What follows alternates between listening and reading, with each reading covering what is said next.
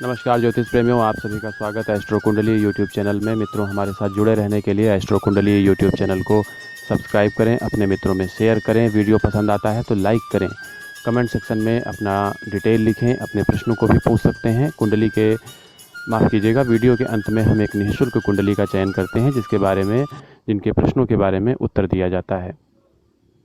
मित्रों, आज हमारी चर्चा का विषय आधारित है कि हम शिव जी की पूजा करके किस प्रकार से ग्रह दोषों से मुक्ति पा सकते हैं। जैसा कि हम सभी जानते हैं कि सावन मास का प्रारंभ होने वाला है और इस मास में शिव जी की पूजा का विशेष महत्व है। शिव जी की पूजा से ग्रह दोष शांत होते हैं, ऐसा शास्त्रों में भी उल्लेख मिलता है। शिव जी देवाधिदेव महादेव हैं। शिव जी की कृपा अमृतमयी है।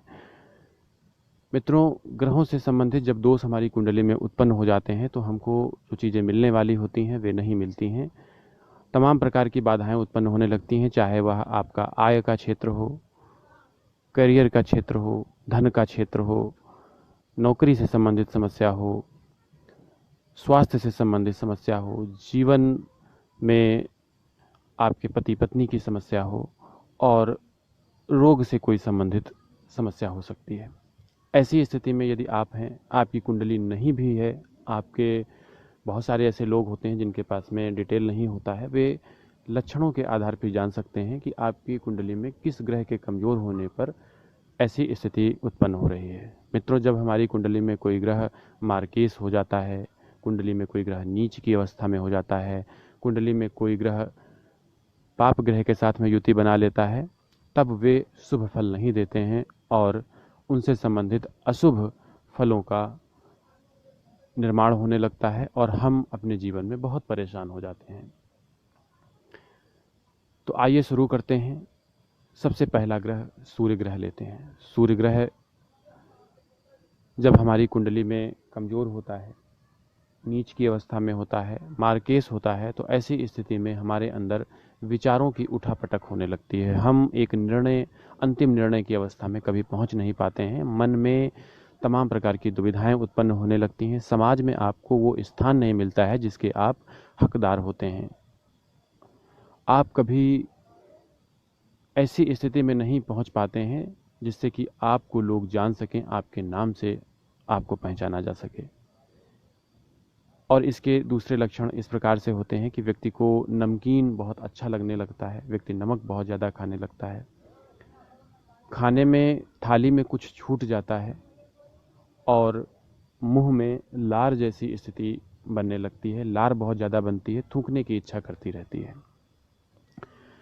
और बहुत ही जल्दी मन में किसी चीज़ को देखते ही घृणा के भाव उत्पन्न होने लगते हैं। यदि ऐसी समस्या आपके साथ में है तो आप यथाशीघ्र शिवलिंग पर, शिव जी के मंदिर में आप बेल के वृक्ष के पत्ते अर्पित करें।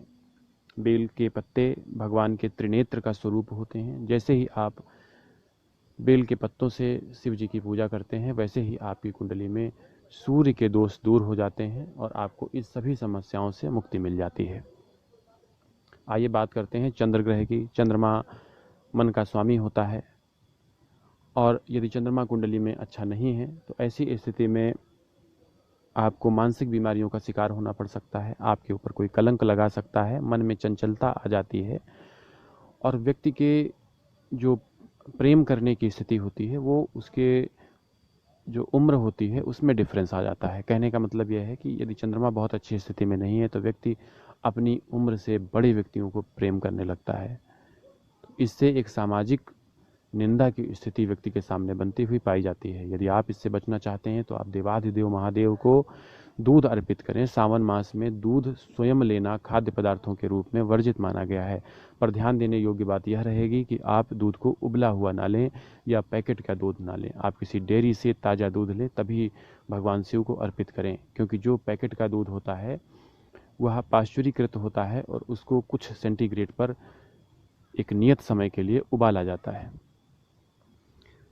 इसके अलावा यदि दूध आपके पास में उपलब्ध नहीं है, आप लेने में सक्षम नहीं हैं, तो आप चावल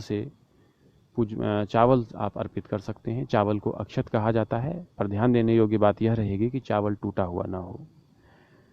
मित्रों, इसी श्रृंखला में जब हम मंगल की बात करते हैं तो ऐसी स्थिति जब मंगल की बनती है कुंडली में खराब स्थिति बन जाती है, नीच की स्थिति बन जाती है, तो व्यक्ति के ऋण होने की संभावनाएं प्रबल हो जाती हैं, व्यक्ति क्रोधी हो जाता है, चिड़चिड़ा हो जाता है, भाई का प्रेम नहीं मिलता है, व्यक्ति को भूमि का सुख नहीं मिलता है, व्यक्ति को भवन का सुख नहीं मिलता है। यदि आप इन सभी समस्याओं से परेशान हैं तो आप समझ लीजिए कि आपकी कुंडली में मंगल अच्छा नहीं है, मंगल आपको शुभ फल नहीं दे पा रहे हैं। इसके लिए आप गन्ने के रस को अर्पित कर सकते हैं। गन्ने का रस यदि इस समय उपलब्ध ना हो, यदि गन्ना ना उपलब्ध हो, तो आप गुड़ से संबंधित या गुड़ के शरबत को भी भगवान शिव को अर्पित कर सकते हैं। भगवान महादेव प्रसन्न होकर मंगल की दोष को दूर करते हैं। वहीं पर यदि कुंडली में बुध की स्थिति अच्छी नहीं है, बुध आपकी कुंडली में प्रबंधन का कारक होता है। आप कैसे लाइफ में जीते हैं, जीवन को जीते हैं, कब कौन सा कार्य करना है, कब कौन सा कार्य नहीं करना है, यह आपका बुध ग्रह निर्धारित करता है। बुद्धि है बुध आपके जीवन में। जब बुद्धि होगी व्यक्ति को, तभी वह यह समझ पाएगा कि उसको क्या कार्य करने चाहिए और क्या नहीं करने चाहिए। और ऐसे कोई भी आपको लगता है कि आपके निर्णय बार बार गलत हो जाते हैं, तो आपको समझना चाहिए कि आपकी कुंडली में बुध अच्छा नहीं है। भगवान महादेव को दूध में या जल में शक्कर के साथ मिलाकर भांग, जिसे कि विजया कहा जाता है, उसे अर्पित करें। यह विजय दिलाती है, हर कार्य में मनोरथ को पूर्ण करती है जब आप भगवान शिव पर अर्पित करते हैं।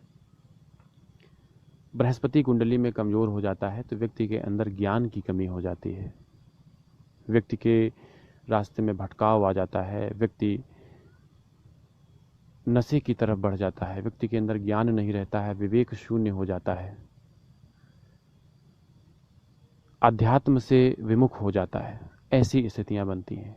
शारीरिक स्वास्थ्य के बारे में बात करेंगे तो पेट निकल आता है, शरीर में वसा बढ़ने लगती है।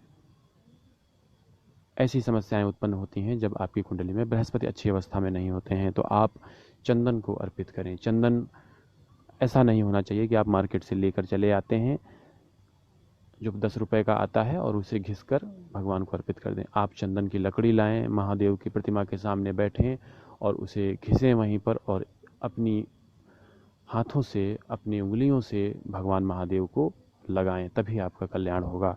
शुक्र यदि आपकी कुंडली में अच्छा नहीं है, आपके जीवन में जीवन साथी से संबंधित समस्याएं उत्पन्न होने लगेंगी, आपको अकारण कलंक लगने लगेगा, आपको शुगर की बीमारी हो सकती है, आप मधुमेह से पीड़ित हो सकते हैं, या ऐसी कोई हार्मोनल डिजीज हो सकती है। शुक्र हमारी कुंडली में श्राव, जो हमारे शरीर में रस बनते हैं, उसका कारक होता है। यदि आप इन समस्याओं से परेशान हैं तो आप भगवान महादेव, देवाधिदेव महादेव को शहद अर्पित करें, दही अर्पित करें, आपका कल्याण होगा। शनि कुंडली में बहुत अच्छे नहीं हैं, व्यापार में घाटा चल रहा है, शारीरिक रूप से अस्थियां आपकी कमज़ोर हो गई हैं, हाथ पैर में बहुत दर्द रहता है, आपके कार्यों में अंतिम समय में बाधाएं आ जाती हैं, समझ लीजिए कि शनिदेव की कृपा नहीं मिल रही है। इसके लिए भगवान महादेव को तिल अर्पित करें। तिल अर्पित करने से शनिदेव की पीड़ा शांत होती है।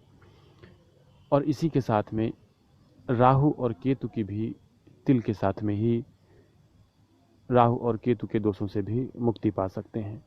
मित्रों, ये 3 ग्रह जब आपकी कुंडली में अच्छी अवस्था में नहीं होते हैं, इनकी कृपा नहीं मिल पा रही होती है, तब आप दुर्घटना से, अवसाद से परेशान हो जाते हैं। ऐसी स्थितियां बन जाती हैं कि जिनका कोई जीवन में महत्व नहीं होता है, फिर भी आप उनसे घिरे हुए अपने आप को पाते हैं।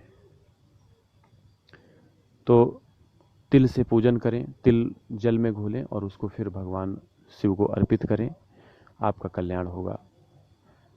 मित्रों, इन सभी बातों के अलावा यह भी ध्यान रखना चाहिए कि हमारे जीवन में हमारे वचन, हमारे कार्य, हमारे कर्म, हमारे विचार, यह सभी शुद्ध होने चाहिए। अगर शुद्ध नहीं है तो आप शुद्ध करने का प्रयास कर सकते हैं। जब आप दूसरों पर दया करेंगे, दूसरों की बातों को समझेंगे, दूसरों के कल्याण के बारे में समझेंगे, तभी आपका कल्याण होगा। क्योंकि महादेव मन को समझने वाले होते हैं। महादेव से कुछ भी छिपा नहीं है, कुछ भी छुपा भी नहीं है। इसलिए देवाधिदेव महादेव की पूजा करते समय यह ध्यान रखें कि मन में किसी भी प्रकार का छल, प्रपंच, द्वेष, बुराई नहीं होनी चाहिए। अगर है तो उसको त्यागने का प्रयास करें, तभी कल्याण संभव होगा। और आप सभी से निवेदन है कि सावन मास चल रहा है, पर्यावरण के लिए पर्यावरण सप्ताह भी मनाया जा रहा है। तो यदि आप ज़्यादा से ज़्यादा बिल्व वृक्ष और ऐसे वृक्ष जो छायादार हैं, जिनमें फल लगते हैं, उनको मंदिर के पास में, सड़क के पास में, अपने घर में लगा सकते हैं। वृक्षों को लगाने से भी नवग्रह शांत होते हैं, क्योंकि वृक्ष पर जीवन संभव है। वृक्ष पर बहुत सारे पक्षी, जीव जंतुओं के जीवन का अस्तित्व होता है। आप किसी के जीवन की अस्तित्व की रक्षा करते हैं, तभी आपके जीवन के अस्तित्व की रक्षा होगी। इसलिए सत्कर्मी बने और तब ईश्वर की आराधना करें, जीवन में कल्याण होगा। और आइए लेते हैं मित्रों आज की निःशुल्क कुंडली।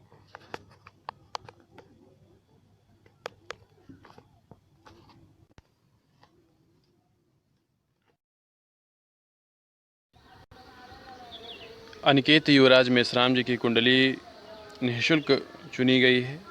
इनकी डेट ऑफ बर्थ 11 दिसंबर 1997, समय 1:45 प्रातःकाल, नागपुर महाराष्ट्र से इन्होंने भेजा है। जानना चाहते हैं कि इनके स्वास्थ्य संबंधित समस्या है और गवर्नमेंट जॉब के बारे में इन्होंने प्रश्न किया है। इनकी कुंडली कन्या लग्न की है। चंद्रमा इनकी मेष राशि अष्टम भाव में सुशोभित हो रहे हैं। सूर्य की वर्तमान महादशा है और उसमें गुरु की अंतर्दशा 2021 तक चलेगी, मई तक।